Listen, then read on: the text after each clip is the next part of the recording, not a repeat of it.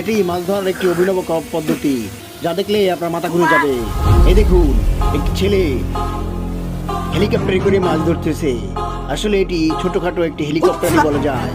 ড্রোনের সাহায্যে সে কিভাবে পুকুর থেকে মাছ ধরতেছে, সে ছিপ দিয়ে যেভাবে বড়শি লাগিয়ে মাছ ধরা হয়, ঠিক এমনিভাবে ছিপের কাজ করতেছে এই ড্রোনের সাথে বাঁধা হয়েছে বড়শি এবং মাছ ধরে নিয়ে আসতেছে। এটি দেখলে আপনার অবশ্যই মাথা ঘুরে যাওয়ার কথা।